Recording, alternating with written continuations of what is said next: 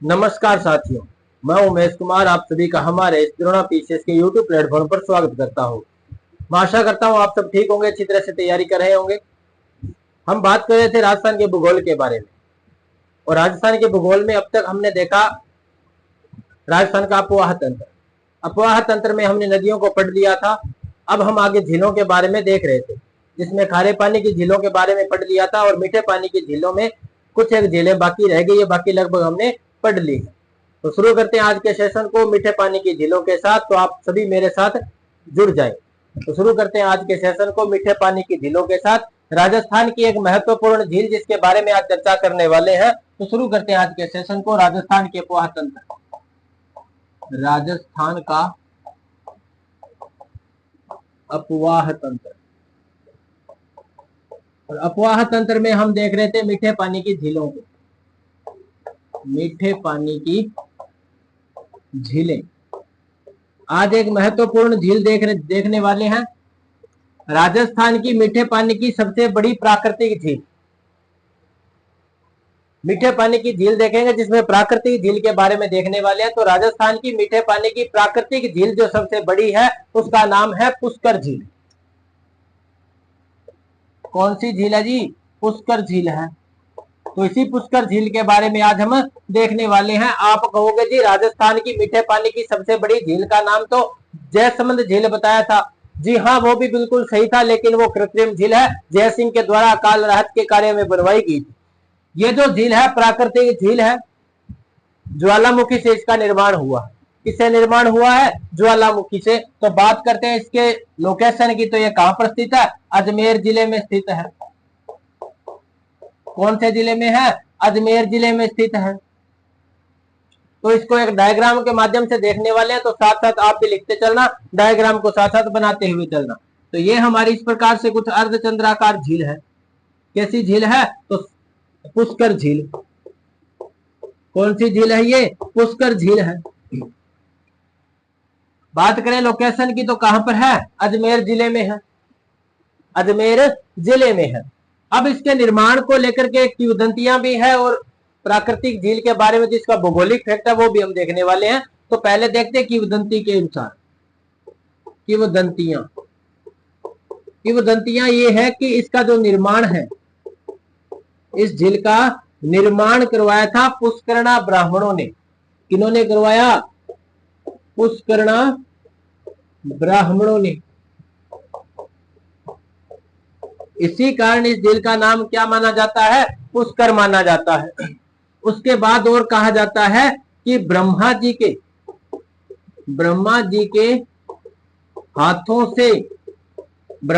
हाथों से कमल का पुष्प यहाँ पे गिरा था। किसका पुष्प गिरा था? तो कमल का पुष्प गिरने से इस झील का निर्माण होता है। ये इसके बारे में क्या है? किंवदंतियां हैं। अब बात करें कि इसका मुख्य फैक्ट क्या है, भौगोलिक फैक्ट क्या है, तो निर्माण कैसे होता है इसका? तो इसका निर्माण माना जाता है जी प्राकृतिक में कैसा? तो ज्वालामुखी निर्मित। तो ज्वालामुखी निर्मित है तो कैसी झील हो जाएगी? क्रेटर झील हो जाएगी। और राजस्थान की सबसे बड़ी क्रेटर झील के बारे में बात करेंगे तो कौन हो जाएगी जी? पुष्कर झील हो जाएगी। और सबसे प्रमुख क्रेटर झील जो उल्कापिंड से बनी हुई है, उस झील का नाम हो जाएगा रामगढ़ झील। कौन सी झील हो जाएगी? रामगढ़ झील, जो किससे बनी थी? उल्कापिंड से। उल्कापिंड गिरने से झील का निर्माण होता है। झील का नाम क्या है? रामगढ़ झील, या इसे रामगढ़ क्रेटर झील भी कहते हैं। क्रेटर झील भी कहते हैं। जिला कौन सा है जी? बारां जिला। कौन सा जिला है? बारां जिले में झील है। कौन सी? रामगढ़ क्रेटर झील, जो क्या है? उल्कापिंड से निर्मित है। और यदि ज्वालामुखी निर्मित क्रेटर झील के बारे में बात करेंगे तो कौन सी हो जाएगी? पुष्कर झील। पुष्कर झील कैसी है? ज्वालामुखी से निर्मित है, क्रेटर झील है, प्राकृतिक झील है, और राजस्थान की सबसे बड़ी प्राकृतिक झील है। राजस्थान की सबसे बड़ी प्राकृतिक मीठे पानी की झील। मीठे पानी की झील कौन हो जाएगी? तो पुष्कर झील है। अब बात करते हैं इसके फैक्ट की, तो इसके उपनाम देख लेते हैं पहले। इसके कुछ उपनाम भी है, उपनाम भी है। क्या क्या उपनाम है? इसे कहते हैं जी तीर्थों का मामा, तीर्थों का मामा कहते हैं। तो तीर्थों का मामा है तो कोई भांजा होगा, तो तीर्थों का भांजा कहते हैं मच्छकुंड को। मच्छकुंड कहां पे जी? धौलपुर में है। मच्छकुंड तीर्थ स्थल कहां पे? धौलपुर में। उसे क्या कहते हैं? तीर्थों का भांजा, तीर्थों का भांजा कहते हैं। किसे जी? मच्छकुंड को। मच्छकुंड धौलपुर जो तीर्थ स्थल है उसे कहते हैं तीर्थों का भांजा। तो तीर्थों की नानी होगी कोई, तीर्थों की नानी। तो तीर्थों की नानी कहते हैं देवयानी को। देवयानी तीर्थ है कहां पे? तो सांबर झील के पास में, सांबर झील के किनारे देवयानी तीर्थ स्थल है, जिसे क्या कहते हैं? तीर्थों की नानी कहते हैं। तो ये भी कुछ फैक्ट आप याद रख लेना। तो तीर्थों का मामा किसे कहते हैं जी? पुष्कर को कहते हैं। किसे कहते हैं जी? पुष्कर झील को कहते हैं। और कुछ फैक्ट के बारे में बात करें तो इसे कहते हैं जी कोंकण तीर्थ, कोंकण तीर्थ कहते हैं। और इसको क्या कहते हैं? तो इसे कहते हैं बावन घाटा झील, बावन घाटा झील। बावन घाटा झील का मतलब है इस झील के किनारे 52 घाट बने गए हैं, 52 घाट यहाँ पे बनाए गए हैं। तो ये इस झील के क्या है? कुछ नाम है। उसके बाद में अभी बात करें, इसको कहते हैं अर्धचंद्राकार झील, अर्धचंद्राकार झील। क्योंकि इसका जो आकार है, इसका जो किस प्रकार से है, आधे चांद की तरफ है, अर्धचंद्राकार ये झील है, इसीलिए इसको क्या कहते हैं? अर्धचंद्राकार झील भी इसको कहते हैं। तो ये इसके उपनाम हो गए। अब बात करते हैं कि इसके और क्या क्या फैक्ट है। तो मैंने अभी बात की थी इसके किनारे कुल कितने घाट है? तो 52 घाट स्थित है, चारों तरफ है। इसके कितने घाट बने हुए हैं? 52 घाट। तो 52 घाट है, इसमें सबसे बड़ा घाट भी तो कोई होगा। 52 घाटों में सबसे बड़ा घाट जिसका नाम है जयपुर घाट। कौन सा घाट है? तो जयपुर घाट है। अब बात करें सबसे प्रसिद्ध घाट या सबसे पवित्र घाट, सबसे पवित्र घाट, सबसे पवित्र घाट जिसका नाम है गो घाट। कौन सा घाट है? गो घाट है। जब आप ब्रह्मा जी के मंदिर से इस झील के पास में जाओगे तो आपको ये घाट दिखाई देगा। कौन सा? तो गो घाट घाट सबसे पहले दिखाई देगा। फिर बात करते हैं और कौन कौन से घाट है। यहाँ पर एक ब्रह्मा घाट भी है, ब्रह्म घाट कहते हैं उसे। इसके बाद इस यहाँ पे एक घाट है जिसका नाम है जनाना घाट, जनाना या महिला घाट, महिला घाट। इस घाट का निर्माण 1911 में मैडम मेरी के द्वारा करवाया गया। मैडम मेरी एक अंग्रेज अधिकारी थी, अंग्रेज थी, ब्रिटिश थी। कौन थी? मैडम मेरी थी, ब्रिटिश महिला थी, अंग्रेज महिला, जिसका नाम क्या था? मैडम मेरी। उन्होंने 1911 में यहाँ पे घाट का निर्माण करवाया, जिसका नाम क्या रखा गया? जनाना या महिला घाट रखा गया। बाद में क्या हुआ? महात्मा गांधी जी की अस्थियां इस घाट में विसर्जित की गई। महात्मा गांधी जी की अस्थियां यहां क्या की गई? विसर्जित की गई। तो इस कारण इस घाट को वर्तमान में कहते हैं गांधी घाट। क्या कहते हैं इसे जी? गांधी घाट भी कहते हैं। कौन से घाट को? जनाना या महिला घाट को वर्तमान में क्या कहते हैं? गांधी घाट कहते हैं। तो ये इस प्रकार के यहाँ के कुछ फैक्ट है। और इसके बाद में देखते हैं यहाँ के फैक्ट। ये जो पुष्कर झील है, यहाँ पे कभी दीपदान महोत्सव हुआ करता था, दीपदान महोत्सव हुआ करता था। वर्तमान में ये महोत्सव क्या है? बंद है, वर्तमान में बंद है।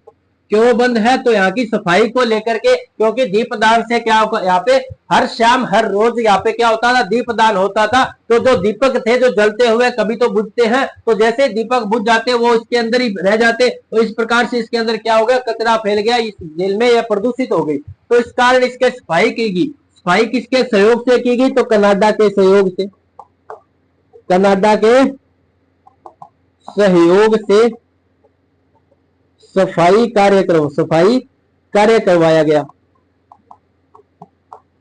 कौन सी झील में करवाया गया? तो पुष्कर झील में। पूछा जा सकता है फैक्ट, ये क्वेश्चन आ सकता है एग्जाम के अंदर कि पुष्कर झील की सफाई के लिए कौन से देश का सहयोग लिया गया? तो कौन से देश का? तो कनाडा देश का यहाँ पे क्या लिया गया था? तो सहयोग लिया गया था। कौन से झील की सफाई करवाई थी? तो पुष्कर झील। और इसी सफाई के लेकर के वर्तमान में यहाँ दीपदान महोत्सव क्या है? बंद है। और वर्तमान में जो दीपदान महोत्सव होता है कौन सी झील में होता है? तो कोलायत झील में, जो बीकानेर में स्थित है। उसके बाद बात करें इस झील के और क्या क्या खासियत है, तो देखो इस झील के पास में है ब्रह्मा जी का मंदिर। ब्रह्मा जी का मंदिर, राजस्थान का एकमात्र ब्रह्मा जी का मंदिर कहां पे है? तो इसी पुष्कर झील के किनारे स्थित है, जहां पर हर वर्ष मेला भरता है। हर वर्ष मेला भरता है जी। भरता कब है? कार्तिक पूर्णिमा को। कार्तिक पूर्णिमा को क्या होता है? यहां पर मेला भरता है। इस मेले को कहते हैं राजस्थान का रंगीला मेला। कौन सा मेला कहते हैं? तो रंगीला मेला इसे कहते हैं। राजस्थान का रंगीला मेला कौन सा है? तो पुष्कर झील पर लगने वाला मेला कौन सा है? राजस्थान का रंगीला मेला कहलाता है। और बात करें इस झील में और क्या क्या है? इसी ब्रह्मा जी के मंदिर के पास है सावित्री माता का मंदिर। सावित्री माता का मंदिर। ये सावित्री माता कौन है? तो ये सावित्री माता ब्रह्मा जी की पत्नी मानी जाती है। कौन? तो सावित्री माता। सावित्री माता का मंदिर स्थित है, सावित्री माता की पहाड़ियों में स्थित है। और यहाँ सावित्री माता के मंदिर में जाने के लिए एक रोपवे बनाया गया है। क्या बनाया गया? एक रोपवे बनाया गया है। वायर कार यहाँ पे बनाई गई है ताकि यहाँ पे क्या जाना आसान हो। तो सावित्री माता मंदिर पे एक सावित्री माता रोपवे भी बनाया गया है। ये भी फैक्ट आपसे बार बार एग्जाम में पूछा जा सकता है, अब तक पूछा भी गया और आगे भी पूछे जाने की प्रॉपर संभावना यहाँ पे बनती है। तो ये इस प्रकार की बातें हमने इस झील के बारे में की। और इसके बारे में और क्या है? तो जो कालिदास जी ने लिखी थी अभिज्ञान शाकुंतलम, कालिदास जी ने अभिज्ञान शाकुंतलम लिखा। और जिन पर अभिज्ञान शाकुंतलम लिखा वो विश्वामित्र ऋषि थे। इसी किनारे पर क्या करते थे? तो पूजा करते थे। कौन? विश्वामित्र। बड़ी ही रोचक कहानी है, जरा ध्यान से सुनना। विश्वामित्र जी की ये कहानी है। चलो इसको एक बार स्क्रीनशॉट ले लो, आपको विश्वामित्र जी की कहानी भी सुनाते हैं क्या हुआ था यहाँ पे। तो आप लिख लो, इसको स्क्रीनशॉट ले लो और देख दोबारा इसके बारे में और फैक्ट यहाँ पे देखते हैं। तो शायद आपने लिख लिया होगा, स्क्रीनशॉट ले लिया होगा। अब सुनते हैं विश्वामित्र जी की कहानी को, तो देखते हैं क्या बातें हुई थी। इसी झील के किनारे विश्वामित्र जी एक बार तपस्या कर रहे थे। तो बड़ी ही रोचक कहानी है, जरा ध्यान से सुनना। कभी आरएस मेन के एग्जाम में आपको लिखने के लिए आ सकती है ये कहानी। तो विश्वामित्र जी की कहानी को जरा सुन लीजिएगा क्या हुआ था। एक बार ये विश्वामित्र जी यहाँ पे क्या कर रहे थे? तो तपस्या कर रहे थे। क्या कर रहे थे? तपस्या। तो जब कभी भी ऋषि मुनि यहाँ पे तपस्या करते थे तो इसका सीधा असर जाता था इंद्रलोक में। इंद्रलोक में। और इंद्रलोक के राजा कौन थे? तो इंद्रदेव थे। कौन थे? इंद्रदेव। अब हुआ क्या? जब यहाँ पे विश्वामित्र जी की तपस्या चल रही थी तो इंद्रदेव जी के पास में गए नारद जी। कौन गए? तो नारद जी गए। बोले नारायण नारायण, एक धरती पर पुष्कर झील के किनारे एक साधु है, तपस्या कर रहे हैं, नाम है विश्वामित्र। बड़े ही तपस्वी साधु है, बड़े ही तपस्वी साधु है, तप करने बैठे हैं। तो देखो उन्होंने, वो कुछ भी मांग सकते हैं। जब यहाँ पे देखो इनसे यदि ब्रह्मा जी खुश हो गए, ब्रह्मा जी यदि इनसे खुश हो गए या शिव जी इनसे खुश हो गए, तो देखो ये शिव जी तो भोले भाले हैं, जो मांगेंगे वही दे देंगे। यदि इन्होंने विश्वामित्र जी ने कल को यदि आपका इंद्रासन मांग लिया, क्या मांग लिया? इंद्रलोक मांग लिया, इंद्र लोक मांग लिया, स्वर्ग लोक यदि आपका मांग लिया तो आपका सिंहासन चला जाएगा, आपका राज खत्म हो जाएगा, आपकी जगह कोई और राज करने आ जाएगा। तो इस प्रकार से नारद जी ने कहा, तो इन्होंने नारद जी की बातों को मान लिया। अब इनके इंद्रदेव जी के मन में भी क्या हुआ? तो शंका उत्पन्न हुई कि कहीं ये अपना मेरा सिंहासन न मांग ले, इंद्रलोक न मांग ले, स्वर्ग लोक न मांग ले। तो यदि ये स्वर्ग लोक मांग लेंगे तो मैं कहाँ रहूंगा, मेरी तो सत्ता ही चली जाएगी। इसलिए इन्होंने क्या, अपनी पुत्री, इनकी पुत्री थी, पुत्री का नाम क्या था? तो मेनका। क्या था? मेनका। स्वर्ग लोक की परी थी ये, स्वर्ग लोक की अप्सरा।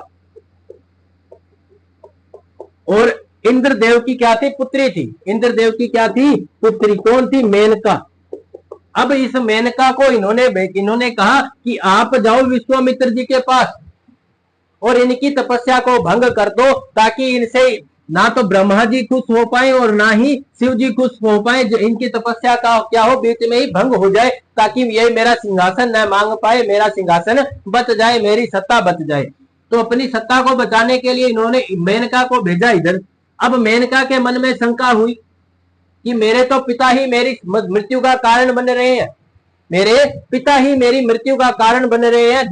जिनके पास ये मुझे भेज रहे हैं, जिनकी तपस्या भंग करने के लिए भेज रहे हैं, वो तो बड़े ही तपस्वी साधु है, बड़े ही तपस्वी साधु है। हो सकता है यदि वो उनकी तपस्या भंग हुई, कहीं वो नाराज होकर के मुझे श्राप न दे दे, मुझे वहीं पर ही भस्म ना कर दे। तो इसलिए इन्होंने एक बार तो मना कर दिया, लेकिन इंद्रदेव के बार बार कहने पर इन्होंने कहा कि तुम मेरी पुत्री है और अपने पिता की लाज बचाना तुम्हारा कर्तव्य है। तो देखो अब ब्लैकमेल कर दिया गया, इनको ब्लैकमेल कर दिया गया। तो अब इसके बाद इन्होंने क्या किया? तो चलो चलते हैं। तो मेनका यहाँ पे अपनी अंतिम यात्रा को चली। मेनका ने कहा कि अब वापस तो शायद ही आ पाऊं इंद्रलोक, तो अब मैं यहां से जा रही हूं। तो देखो वो विश्वामित्र जी मुझे भस्म तो कर ही देंगे, तो वापस आने का तो सवाल ही नहीं बनता। तो इसलिए एक कहती चलो मुझे अंतिम प्रणाम करके अपने पिता को चली। वहां से कहां से चली? तो इंद्रलोक से चली। आ गई पुष्कर झील के पास में। पुष्कर झील के पास में आई तो बड़ा ही तेज था किनका? विश्वामित्र जी का। तपस्या कर रहे थे, तपस्या में लीन थे, बड़ा ही तेज था। आसपास बिल्कुल शांति थी, पशु पक्षी बैठे थे, लेकिन चहचहाट नहीं थी। क्यों? क्योंकि सभी इनकी तपस्या का आनंद उठा रहे थे। सभी तपस्या के कारण जो भूमि जो पवित्र हो चुकी थी, उस पवित्र स्थल का आनंद ले रहे थे। स्वर्ग लोक का अनुभव यहाँ पे प्राप्त कर रहे थे पशु पक्षी जो यहाँ पे बैठे थे। तो ये आई इधर आकर के इनके पास। एक बार तो सोचा मैं क्यों इनकी तपस्या भंग करूं, मैं तो आप यहीं पे तपस्या करने लग जाऊं। लेकिन फिर इनको अपने पिता का वचन याद आया। अपने पिता को वचन दे के आई थी कि मैं तपस्या भंग करके ही आऊंगी, वापस तो देखो आने ही नहीं देंगे, लेकिन तपस्या जरूर भंग कर दूंगी उनकी। तो आई और यहाँ पे आकर के नृत्य करने लगी। स्वर्गलोक की अप्सरा थी, अपनी सुंदरता का यहाँ पे बखान करने लगी, अपना नृत्य दिखाने लगी। तो जैसे ही विश्वामित्र जी के चारों तरफ ये नृत्य करती हुई रहती है, एक बार तो ऐसा हुआ कि इसको लगा कि मैं ऐसे ही आई हूं यहाँ पे, मेरी मेहनत जाया हो जाएगी, ये तो इनकी तपस्या भंग नहीं होने वाली। लेकिन फिर भी हुआ क्या? देखो ये तो तिरिया चरित्र है, क्या है? इसे ही तो कहते हैं ना तिरिया चरित्र। तो देखो इस बार क्या हुआ? तो इनकी आवाज, इनके पैरों की घुंघरुओं की आवाज इतनी ज्यादा तेज थी कि विश्वामित्र जी के कानों तक सुनाई देगी और इनकी तपस्या हुई, भंग हो गई। जैसे ही मेनका को लगा कि अब विश्वामित्र जी की तपस्या भंग हो गई, अब ये तपस्या से उठने वाले हैं, समाधि से उठने वाले हैं, तो ये इनके पीछे जाकर छिप गई, इनके पीछे जाकर छिप गई। जैसे ही ये खड़े हुए, विश्वामित्र जी बड़े ही क्रोधित स्वभाव के थे, बड़े ही क्रोध से उठे। उठ करके कहने लगे जो भी है मेरे सामने आ जाओ, मैं उसको भस्म करूंगा। मेरी तपस्या को भंग कर दिया, मेरी इतने सालों की तपस्या को भंग कर दिया, तो अब मैं उनको छोड़ूंगा तो नहीं, भस्म करूंगा। थोड़ी देर में बाद में यह क्या हुआ? जो मेनका थी आकर के इनके पैरों में गिर गई, पैरों में गिर गई और अपनी बातों को बदल दिया बिल्कुल। कहने लगी जी मैं तो आपसे प्रेम करती हूँ, मैं तो आपसे प्रेम करती हूँ और आपसे शादी रचाने के लिए आई हूँ। अब स्वर्ग लोक से आई हूँ, आपसे शादी करनी है मेरे को। आप चाहो तो आप यदि मानो तो मेरे को आप अपनी पत्नी स्वीकार कर सकते हो, आप मेरे को अपनी पत्नी स्वीकार कर लीजिए, मैं बड़ी ही आशा लेकर के आपके पास आई हूँ।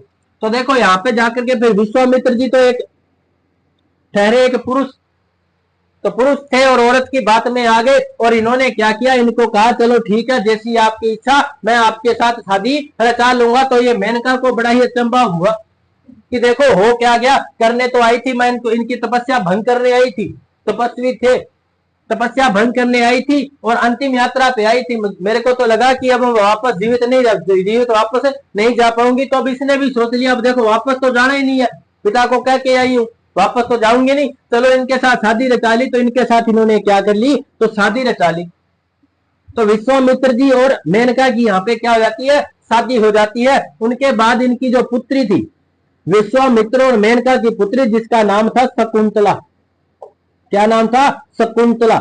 और इसी शकुंतला के नाम पर कालिदास जी ने एक ग्रंथ लिखा। ग्रंथ का नाम क्या था? अभिज्ञान शाकुंतलम। अभिज्ञान शाकुंतलम। तो अभिज्ञान शाकुंतलम की रचना किसने की थी? तो कालिदास जी ने की थी। और कालिदास जी ने जिस अभिज्ञान शाकुंतलम की रचना की उसमें इसी विश्वामित्र और मेनका की कहानी का वर्णन किया गया है। ये जो अभिज्ञान शाकुंतलम कालिदास जी ने लिखा, कौन सी नदी के किनारे लिखा? तो लूणी नदी के किनारे लिखा। लूणी नदी के किनारे लिखा। इसीलिए कालिदास जी ने लूणी नदी को कहा अंतःसलीला। अंतःसलीला। तो ये तो बात हुई किसकी? इस विश्वामित्र जी और मेनका की कहानी के बारे में। इस कहानी का वर्णन किसमें है? तो अभिज्ञान शाकुंतलम में है। कभी आपको मौका मिले, जब आपका सिलेक्शन हो जाए, आरएस में आपका सिलेक्शन हो जाए, उसके बाद कभी आप ये देखना, पढ़ के देखना, अच्छी कहानी है, अच्छी लगेगी आपको। तो ये थी अभिज्ञान शाकुंतलम। और इस अभिज्ञान शाकुंतलम की जो ये घटना थी, विश्वामित्र जी और मेनका के बीच की जो संवाद था, वो कहानी कहाँ की थी? पुष्कर झील के किनारे थी। तो पुष्कर झील से संबंधित थी। तो आपको कहानी सुना दी। यदि अच्छी लगी हो तो लाइक कर देना, थम्स अप जरूर कर देना। अब देखते हैं पुष्कर झील के बारे में और क्या क्या कहानियां। तो अब देख लेते हैं पुष्कर झील के बारे में और क्या क्या फैक्ट है, क्या कौन कौन से क्वेश्चन एग्जाम में पूछे जा सकते हैं।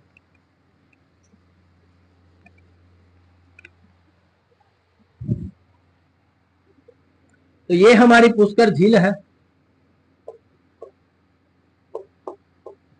पुष्कर झील।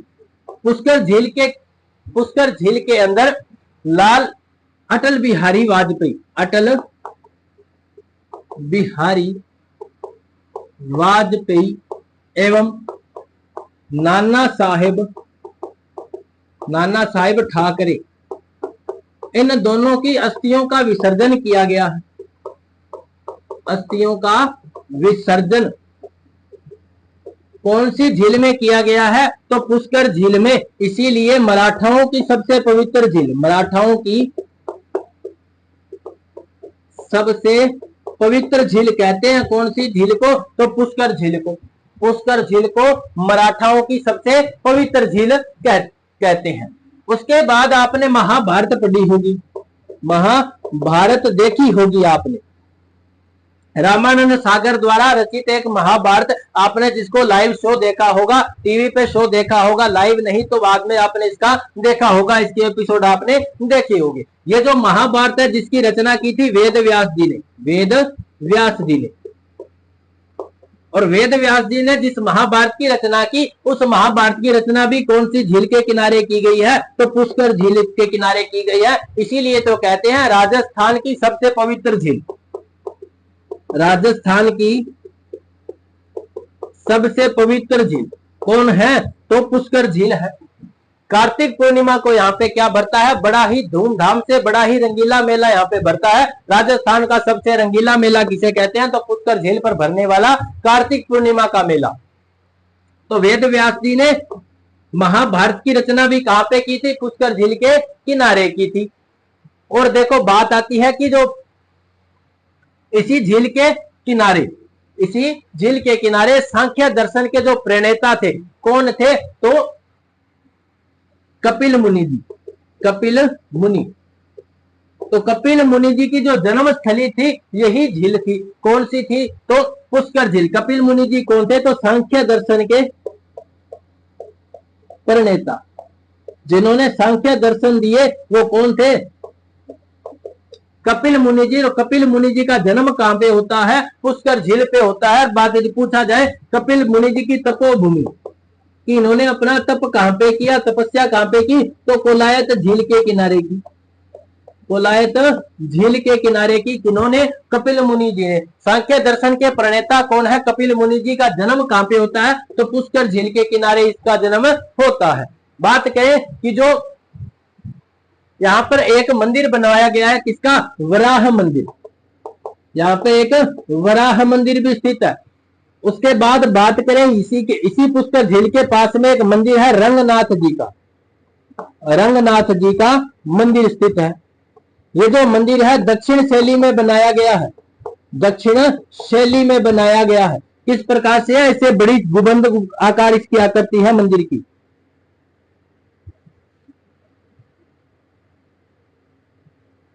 इस प्रकार है इसे मंदिर। तो कभी आप जाओ तो देख के आना, रंगनाथ जी का मंदिर भी यहाँ पे स्थित है। कौन सी झील के किनारे है? तो इसी पुष्कर झील के किनारे स्थित है रंगनाथ जी का मंदिर।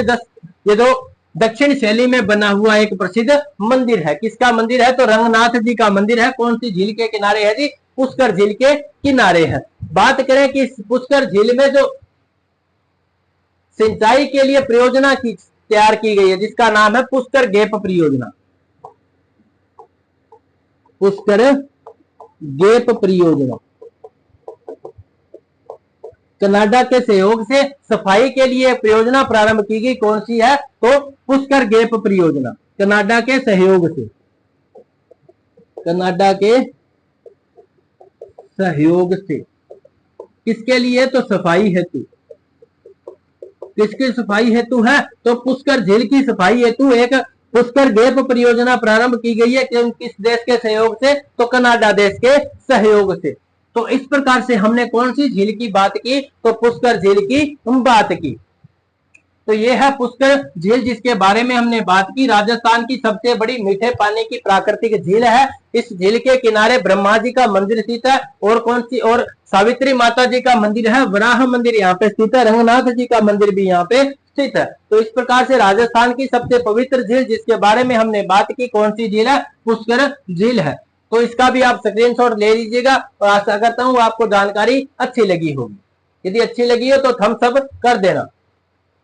तो यह थी जी पुष्कर झील जिसके बारे में हमने बात की। अब बात करते हैं एक और मीठे पानी की झील के बारे में। झील का नाम है कायलाना झील।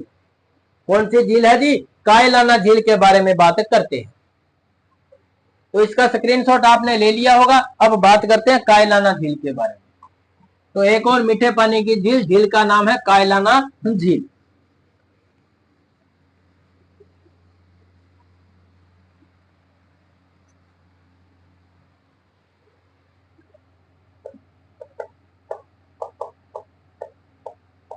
कायलाना झील।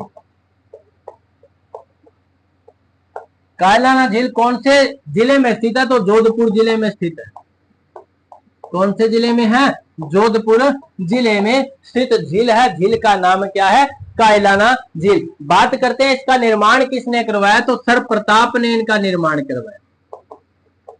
इनका निर्माण किसने कराया? तो सर प्रताप ने। सर प्रताप ने निर्माण करवाया। बात करते हैं यहाँ की जलापूर्ति कैसे होती है। जलापूर्ति यहाँ पे कैसी होती है? तो इंदिरा गांधी नहर परियोजना IGNP, इंदिरा गांधी नहर परियोजना की एक शाखा है कि राजीव गांधी लिफ्ट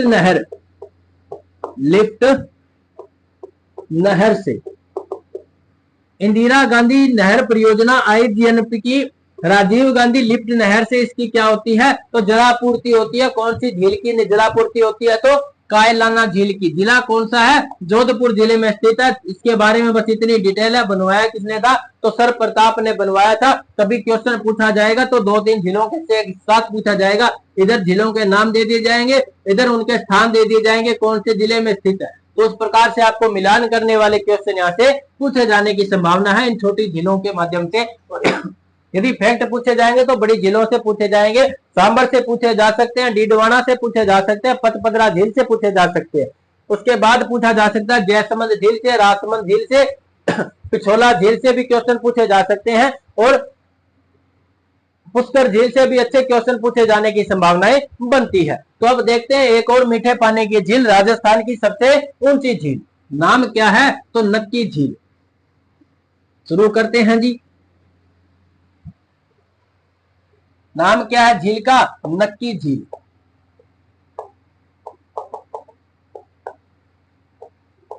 नक्की झील। जिला कौन सा है? सिरोही। कौन सा जिला है? सिरोही जिले में स्थित है। सिरोही के माउंट आबू में स्थित है। राजस्थान की सबसे बड़ी, सबसे ऊंची झील, राजस्थान की सबसे ऊंची झील जिसका नाम क्या है जी? नक्की झील है। तो देख लेते हैं इसके बारे में भी। झील का नाम क्या है? नक्की झील। तो जिला कौन सा है? सिरोही जिले में लोकेटेड है। झील का नाम क्या है? नक्की झील। कैसी झील है? तो ये भी क्रेटर झील है। कैसी झील है? क्रेटर झील है। ज्वालामुखी से निर्माण होता है, ज्वालामुखी से ही इसका क्या हुआ? निर्माण हुआ। लेकिन इसके बारे में भी क्या है? किंवदंतियां हैं। किंवदंतियां, किंवदंतियां में क्या है कि देवताओं ने नाखूनों से, देवताओं ने अपने नाखूनों से इसका क्या किया? तो इसकी खुदाई की। देवताओं ने अपने नाखूनों से इस झील का निर्माण करवाया, इसका निर्माण किया, इसका निर्माण किया। तो कुछ इस प्रकार की किंवदंती है। इसीलिए देखो नाखूनों से किया, इसीलिए इसका नाम क्या पड़ गया? नक्की झील। नक्की झील इसका नाम पड़ गया। फैक्ट क्या है? तो राजस्थान की सबसे ऊंची झील, राजस्थान की सबसे ऊंची झील, ऊंची झील, राजस्थान की एकमात्र झील जिसका जल सर्दियों में जम जाता है। तो इसका जल सर्दियों में जम जाता है, जम जाता है। क्यों? क्योंकि जो माउंट आबू है, ये जो झील है राजस्थान की सबसे ऊंची झील है। और हमें पता है कि जैसे जैसे ऊंचाई बढ़ती है तापमान घटता है, और सर्दियों में वैसे ही देखो तापमान गिर जाता है। तो इस जगह का क्या हो जाता है? तापमान बिल्कुल शून्य, 0 डिग्री से भी कम हो जाता है, और इस झील का पानी क्या हो जाता है? जम जाता है। और यदि आप कभी आइस स्लाइडिंग करना चाहो तो कभी इस झील में सर्दियों में चले जाना। कब चले जाना? तो दिसंबर जनवरी के माह में, दिसंबर जनवरी के माह में चले जाना, और जाकर के इस झील पर आइस स्लाइडिंग आप कर सकते हैं। तो यह झील कौन सी है जी? नक्की झील। ये जो झील है ग्रासिया जनजाति, कौन सी जनजाति जी? ग्रासिया, ग्रासिया जनजाति की पवित्र झील है। ये पवित्र झील है। कौन सी झील? नक्की झील। ग्रासिया जनजाति के लोग इस झील में क्या करते हैं? तो अस्थि विसर्जन करते हैं। क्या करते हैं जी? अस्थि विसर्जन करते हैं। ग्रासिया जनजाति के लोग इस झील में अस्थि विसर्जन करते हैं। और बात क्या आती है इस झील से? और है इस झील पे कुछ क्या है? रोक स्थित है, चट्टाने स्थित है, चट्टाने या रोक्स स्थित है, जिन्हें क्या कहते हैं? इनमें नाम, इनमें कुछ चट्टाने प्रमुख है, जैसे कपल रोक, कपल रोक, तोड़ रोक, नन रोक। तो ये यहाँ पे क्या है? कुछ चट्टाने हैं, उनके आकार के आधार पर एक ऐसी रोक है जो ऐसे लगती है, दूर से देखने से ऐसा लगता है कि कोई कपल वहां पे खड़ा होगा, कोई कपल खड़ा है। इस प्रकार की एक चट्टान बनी हुई है। ऐसी चट्टान है जो दूर से देखने से ऐसा लगता है कोई मेंढक बैठा हो। तो मेंढक की आकृति की है रोक कौन? तो तोड़ रोक कहते हैं। नन रोक ऐसा लगता है कोई पनिहारी अपने सिर पर मटका रख करके पानी लेने जा रही है। उस झील को, उस रोक को क्या कहेंगे? उस चट्टान को क्या कहते हैं जी? नन रोक कहते हैं। तो इस प्रकार की बातें थी कौन सी झील के बारे में? नक्की झील के बारे में। तो ये सभी बातें आपने लिख ली होंगी। तो ये कौन सी झील है जी? नक्की झील। राजस्थान की सबसे ऊंची झील कौन सी झील? तो नक्की झील। राजस्थान की एकमात्र झील जिसका पानी सर्दियों में जम जाता है, कौन सी झील है? नक्की झील। क्रेटर झील है। कैसी झील है? ज्वालामुखी से निर्मित झील है। लेकिन किंवदंतियां क्या है कि देवताओं ने अपने नाखूनों से इस झील का क्या किया? तो निर्माण किया। तो कौन सी झील? नक्की झील। ग्रासिया जनजाति के लोगों की क्या है ये? तो प्रसिद्ध झील है, पवित्र झील है। यहाँ पे ग्रासिया जनजाति के लोग अस्थि विसर्जन किया करते हैं। तो ये झील है जी सिरोही जिले में स्थित। झील का नाम नक्की झील। तो आशा करता हूं आपने लिख लिया होगा, या स्क्रीनशॉट ले लीजिएगा और थम्स अप कीजिएगा ताकि हम आगे बढ़े। आगे बढ़ते हैं और देखते हैं और झीलों के बारे में। तो देखते हैं और झील के बारे में। इसके बाद मीठे पानी की दो तीन झीलें और बची हैं, और इसी के साथ ही आज हमारा झीलों का ये सेशन भी कंप्लीट होने जा रहा है। इसी के साथ आज हमारा अपवाह तंत्र भी पूरा हो जाएगा। तो देखते हैं एक और झील के बारे में। झील का नाम है सिलीसेड झील। सिलीसेड झील कौन से जिले में है? तो अलवर जिले में स्थित एक झील जिसका नाम क्या है? तो सिलीसेड झील। कौन से जिले में है? अलवर जिले में। अलवर जिले में सरिस्का अभयारण्य में। कौन से अभयारण्य में? तो सरिस्का अभ्यारण्य में स्थित झील है। झील का नाम क्या है? तो सिलीसेड झील है। इसे कहते हैं राजस्थान का नंदन कानन। क्या कहते हैं इसे? राजस्थान का नंदन कानन। देखो, कानन कहते हैं जंगल को। कानन किसे कहते हैं? जंगल को। नंदन का मतलब है, देखो ये झील किसके पास में आती है? अलवर के। अलवर भरतपुर और धौलपुर ये कैसा क्षेत्र है? तो ब्रज क्षेत्र है। कैसा क्षेत्र है? ब्रज क्षेत्र है। ये ऐसा ही जंगल है जिस जंगल के अंदर कभी कृष्ण जी बाल रूप में जब यहाँ पे गाय चराने आते थे, तो ये वैसा ही जंगल है। तो देखो, नंदन उन्हीं के नाम पर जंगल का क्या नाम पड़ गया? नंदन। और कानन कहते हैं जंगल को, तो इसीलिए इसके आसपास की भूमि कैसी है? जंगली भूमि है। इसको क्या कहते हैं? नंदन कानन। तो इसीलिए इस सिलीसेड झील को भी क्या कहते हैं? राजस्थान का नंदन कानन कहते हैं। तो ये है झील। इस झील का जो निर्माण था उसे किसने किया था? तो महाराजा विनय सिंह ने। किसने किया था? विनय सिंह ने अपनी पत्नी शीला देवी की याद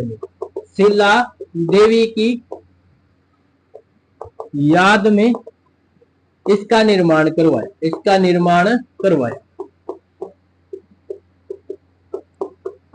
कौन सी झील का निर्माण करवाया? तो सिलीसेड ने। शासक कौन थे? विनय सिंह ने अपनी पत्नी किस नाम क्या था? तो शीला देवी की याद में इस झील का निर्माण करवाया। तो इस प्रकार से ये झील है। कौन सी झील? सिलीसेड झील। इसे राजस्थान का नंदन कानन कहते हैं। क्वेश्चन पूछा जा सकता है। क्या पूछा जा सकता है कि राजस्थान का नंदन कानन किसे कहते हैं? तो किसे कहते हैं? सिलीसेड झील को कहते हैं। इस सिलीसेड झील के पास में आरटीडीसी द्वारा राजस्थान टूरिस्ट डेवलपमेंट कॉरपोरेशन के द्वारा होटल टाइगर डेन बनवाया गया है। होटल टाइगर डेन बनवाया गया है। यहाँ पे एक होटल बनवाया गया है। नाम क्या है? Tiger den. और इस टाइगर डेन होटल का संचालन कौन करते हैं? आरटीडीसी के द्वारा किया जाता है। राजस्थान टूरिस्ट डेवलपमेंट कॉरपोरेशन के द्वारा इसका क्या किया जाता है? तो संचालन किया जाता है। ये झील कौन सी है? सिलीसेड कौन से जिले में है? अलवर जिले में स्थित है। झील का नाम क्या है जी? तो सिलीसेड झील। अब देखते हैं एक और झील के बारे में। झील का नाम है मोती झील। तो देखते हैं मोती झील के बारे में। आशा करता हूं आपने लिख लिया होगा। बढ़ते हैं आगे। झील का नाम है मोती झील। तो मोती झील के बारे में जो फैक्ट है वो देख लेते हैं। झील का नाम है मोती झील। बात करें जिला कौन सा है? तो भरतपुर जिले में स्थित झील का नाम क्या है? तो मोती झील। बात करते हैं इसकी। ये मोती झील है जो कौन सी नदी पर है? देखो, नदी के ऊपर इस झील को बनवाया गया है। कौन सी नदी पर? तो रूपा रेल नदी के जल को रोककर इस झील का निर्माण करवाया गया। ये जो झील है भरतपुर में पेयजल के लिए महत्वपूर्ण झील है। इसीलिए इसको कहते हैं भरतपुर की जीवन रेखा। भरतपुर की जीवन रेखा कहते हैं।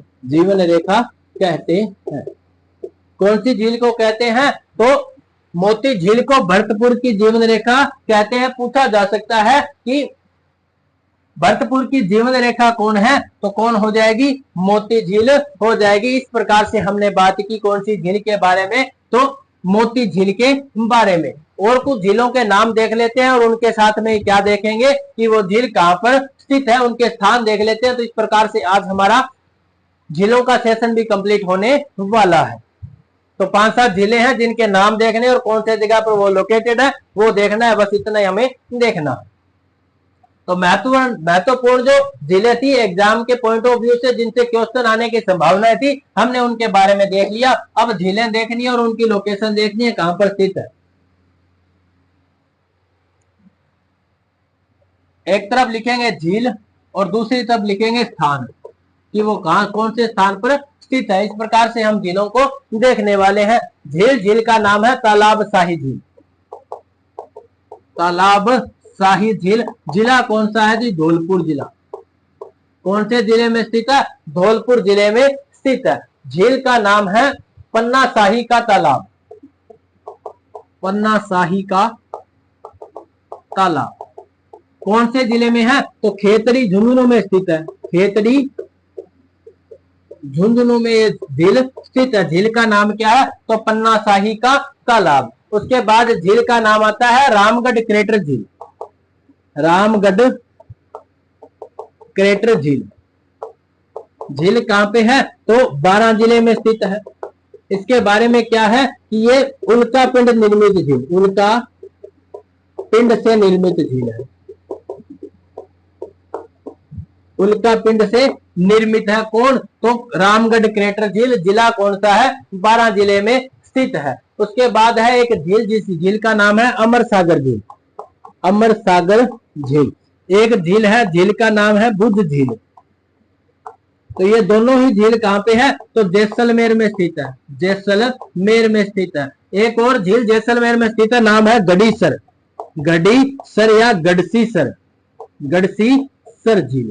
ये भी कहां पे है? जैसलमेर में है। जैसलमेर की सबसे अच्छी झील कौन सी है? गढ़सीसर झील है। कहां पे बनवाया किसने था? तो महाराजा गढ़सी द्वारा बनवाई गई। महाराजा गढ़सी के द्वारा बनवाई गई झील का नाम क्या है? तो गढ़सीसर झील है। तो कभी जैसलमेर जाओ तो ये झील भी देख के आना। बनवाया किसने था? तो गढ़सी सिंह के द्वारा। जैसलमेर के महाराजा गढ़सी सिंह के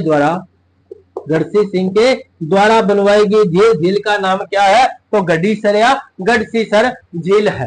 तो ये इस जो गढ़सीसर झील है, इसके बाद इसके दरवाजा बनवाया गया है, एक मेन डोर बनवाया गया है और उस डोर पर एक महिला का नाम लिखा गया है, टिल्याबाई का। तो इसके दरवाजे पर टिल्या नामक महिला का नाम लिखा गया है। कहते हैं कि इस दरवाजे का निर्माण इसी टिल्या नामक महिला ने करवाया था। तो इस झील का जो दरवाजा है, उस दरवाजे का नाम निर्माण किसने करवाया था? तो टिल्या नामक महिला ने। और उन्हीं की याद पर इस जो दरवाजे पर उनका नाम लिख दिया गया। क्या नाम लिखा गया? टिल्या। उस महिला का नाम क्या था जिसने इस झील पर दरवाजा बनवाया? तो क्या नाम था? टिल्या नामक ये महिला थी जिसने गढ़ीसर झील के दरवाजे का निर्माण करवाया। तो ये तो झीलें थी। उसके बाद 2-3 झीलें और वो भी देख लेते हैं। तो इसका आप स्क्रीनशॉट ले लो, यदि लिख लिया तो बहुत ही अच्छा है। अब देखते हैं और झीलों के बारे में।